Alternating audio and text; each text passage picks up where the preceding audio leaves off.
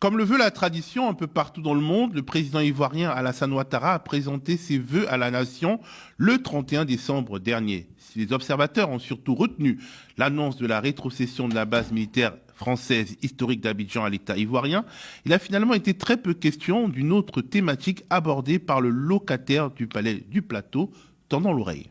Nous poursuivrons nos efforts en matière d'amélioration de l'environnement des affaires, afin d'offrir un climat d'investissement toujours plus compétitif et plus attractif.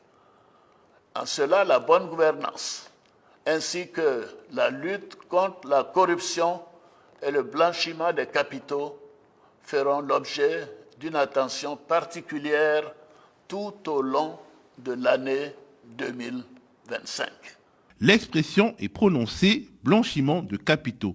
Et si le sommet de l'État ivoirien s'applique à affirmer sa bonne volonté à cet égard, c'est qu'il y a le feu à la maison. Le 23 décembre dernier, alors que le tout Abidjan était plongé dans les préparatifs du réveillon de Noël, le quotidien en ligne spécialisé Africa Intelligence, ex la lettre du continent, publiait une véritable bombe, mettant par écrit avec de nombreux détails ce qui se murmurait depuis sous le sceau de la confidence. Une enquête menée par la justice française et visant ce que Africa Intelligence appelle le cœur du pouvoir ivoirien.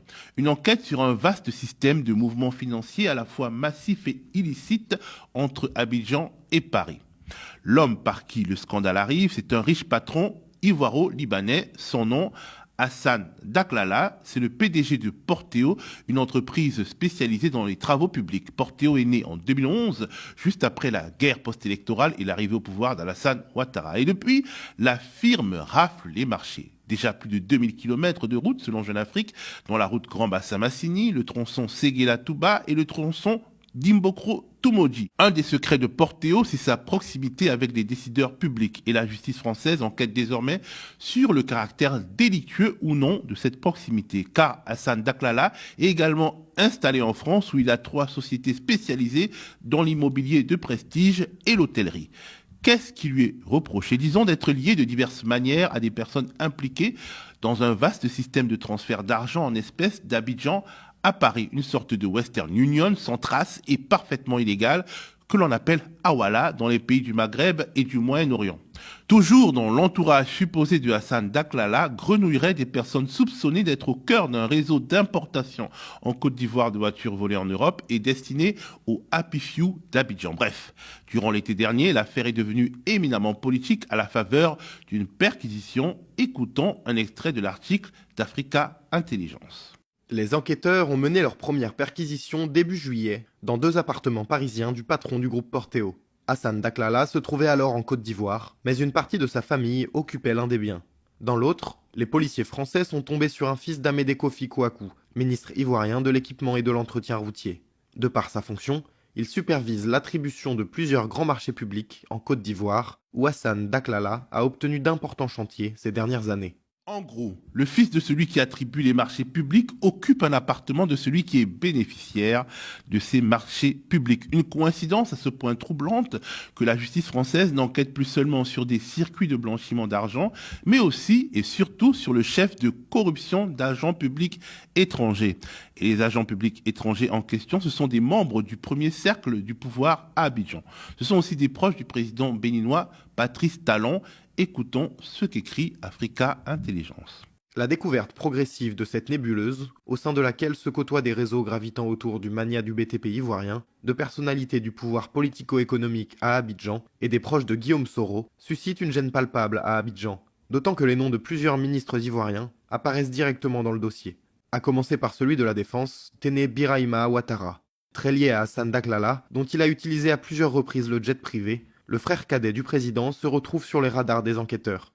Ces derniers s'intéressent de près à la nature de la relation entre l'officiel ivoirien, coutumier des séjours à Paris, et le patron de Porteo. Un malheur n'arrivant jamais seul, en octobre dernier, la Côte d'Ivoire a été placée sur la liste grise du groupe d'action financière, une organisation internationale qui surveille les maillons faibles en matière de lutte contre le blanchiment de capitaux et le financement du terrorisme. Il y a quelques jours, le GAFI, le groupe d'action financière, a dévoilé sa liste actualisée de suivi et de contrôle des États. Et parmi les États soumis à une surveillance renforcée, on retrouve sur cette fameuse liste grise le Mali, le Burkina Faso, le Cameroun et un peu à la surprise, la Côte d'Ivoire. Le secteur immobilier, jugé très vulnérable, a particulièrement attiré l'attention, nécessitant des actions correctives urgentes pour renforcer la transparence et réduire les risques. C'est dans ce contexte global qu'il faut comprendre la sévérité de la justice ivoirienne vis-à-vis de l'influenceur Apouchou National qui s'est filmé en train d'exhiber d'importantes sommes d'argent. L'influenceur ivoirien Stéphane Agbé, connu sous le sobriquet de Apouchou National, fait actuellement l'objet d'une poursuite par le parquet d'Abidjan. En ce moment, aux arrêts, il lui est reproché d'avoir exhibé une quantité impressionnante de liasses de billets de banque à travers une vidéo publiée sur les réseaux sociaux. Depuis le 12 novembre dernier, le procureur a confirmé l'arrestation de l'influenceur et 2 de ses complices, dont Fana Aboulaye et Akobé Léonel.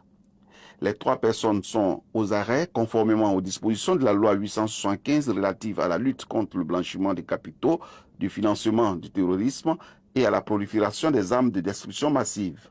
Pendant ce temps, une enquête est ouverte toujours sous l'autorité du parquet afin de déterminer l'origine de ces fonds. Il fallait à tout prix faire un exemple et les demandes de grâce médiatisées des artistes ivoiriens n'y pourront malheureusement pas grand-chose, en tout cas pour le moment. Nous sommes en 2025, une année électorale encore pleine de points d'interrogation. Alassane Ouattara n'a pas encore dit s'il comptait se présenter pour un 4e mandat et ses supporters s'imaginent déjà que la grenade lancée en direction d'Abidjan par la justice française est dirigée par des lobbies politiques qui veulent soit le décourager de rempiler, soit envoyer un message à son frère, Téné Birahima Ouattara dit photocopie, qui pourrait bien être son plan B en cas de cas. De facto, si la piste d'un mécanisme de détournement de fonds et de fuite des capitaux via des circuits liés aux entreprises de travaux publics se confirme, l'opinion serait en droit de se poser la question qui fâche: qu'est-ce qui est fait de l'argent emprunté sur les marchés financiers pour officiellement construire le pays si une partie importante de cette dette, que les générations à venir rembourseront, finit par être captée par les cercles du pouvoir et à remonter en Europe. On peut en tout cas se souvenir que le 19 décembre 2019, quasiment 5 ans, jour pour jour avant l'article de Africa Intelligence, un article du quotidien Le Monde évoquant l'affaire des biens mal acquis dans son volet gabonais et équato-guinéen révélait que la justice française s'était approchée plus que jamais de Dominique Ouattara, l'épouse du président ivoirien et patronne d'un groupe immobilier dénommé AICI. Pour la première fois dans ce dossier, un notaire, maître Jean-Michel Normand, de même que la dirigeante de l'agence immobilière AICI en France et de sa filiale au Gabon, Elisabeth Gandon, ont été mis en examen en cette fin d'année. Tous deux sont soupçonnés de recel de détournement de fonds publics, recel de corruption, complicité de blanchiment de détournement de fonds publics et blanchiment de corruption.